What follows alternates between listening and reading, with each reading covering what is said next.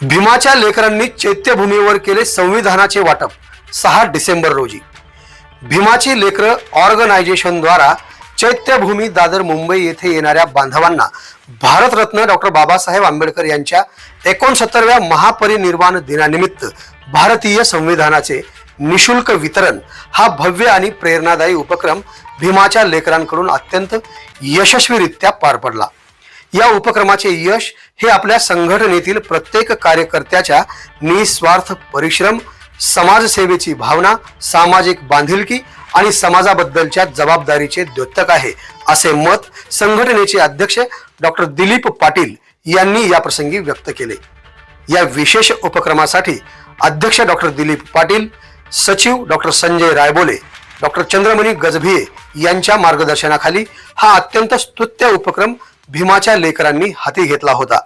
मुंबई विभागातील doctor Nitin Chaure, doctor Rahul Tupe, doctor Digambar Khobragade, doctor Sankalp Gajbhe, doctor Sudhakar Kamble, doctor Ravindra Mendhe, प्राध्यापक लिंताज ओके, doctor Sandesh Dongre, Dinesh Bodhankar, Golu Meshram, Suresh Gajbhiye, doctor Sanjay Bansod, doctor Santosh Patil, doctor Sudhakar Thul, doctor Mangesh Wagde, doctor Nitish Motghare, doctor Balaji Lature, प्राध्यापक मंगेश भित्रे यांच्या विशेष प्रयत्नांमुळे हा उपक्रम अधिक प्रभावी आणि अनुकरणीय व प्रशंसनीय ठरला।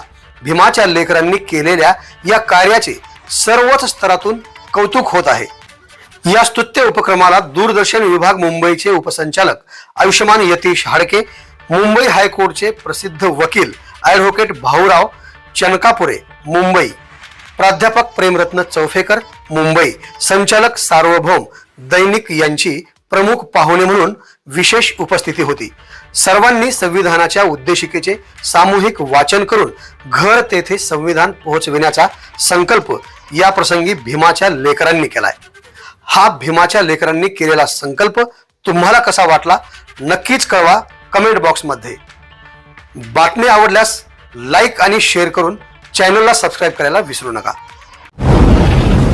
आवाज बहुजनांचा।